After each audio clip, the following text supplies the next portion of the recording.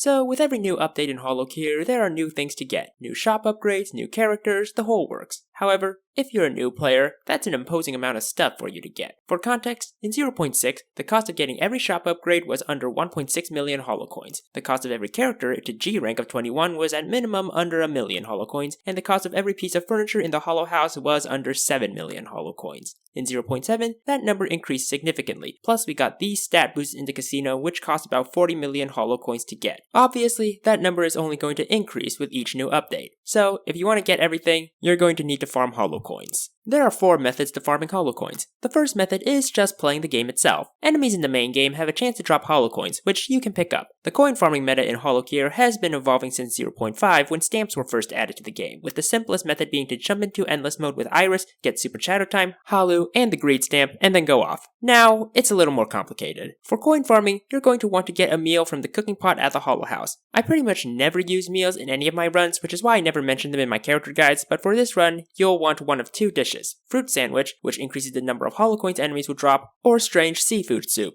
which increases the chance of Holu appearing in a run. Both are useful to get, though I personally lean towards the sandwich since I've never had issues with finding Holu. The next most important thing to consider is which character you'll play. In 0.6, there were 5 characters that were considered contenders for coin farming: Iris, Korone, Aski, Raine, and Risu. Iris was the premier coin farming character in 0.5 due to her weapon's high pierce, haste, and many projectiles allowing for multiple procs of the greed stamp. Korone was also considered a pocket pick due to her high haste, but the lack of range on her main weapon made her a less viable pick compared to Iris. In 0.6, Aski's weapon was buffed, and its ability to spawn more music notes recursively on enemy hit made Aski's weapon the strongest in farming coins. Raine and Risu, meanwhile, both have skills and abilities that generate you coins. Raine's tongue drugs generate holocoins when they hit enemies, and Risu's DLC skill constantly generates coins. In 0.7, however, all pale in comparison to Marine, who is the new main pick. Her weapon has a chance to hit coins out of enemies on crits, which allows her to yield more coins, even without the greed stamp, which is good, because besides being nerfed, the greed stamp is rather inconsistent in showing up in runs. Once you have your character, you'll need to pick a stage and play it in endless mode. The harder the stage is, the better the coin yield is, but you should pick a stage that's at your level. For items, you'll need super shadow time for more coins and to pick up the coins that drop, Holu for more enemies, and some defensive items so that you can stay alive and last longer in a run. You should also restrict your weapon to only a solo weapon so that all hits come from your main weapon. This is so that the starting weapon deals the attacks that pop out coins either from Marine's native skills or from the greed stamp if you're using a different character. If you're using other characters, I also recommend getting the bomb stamp as well.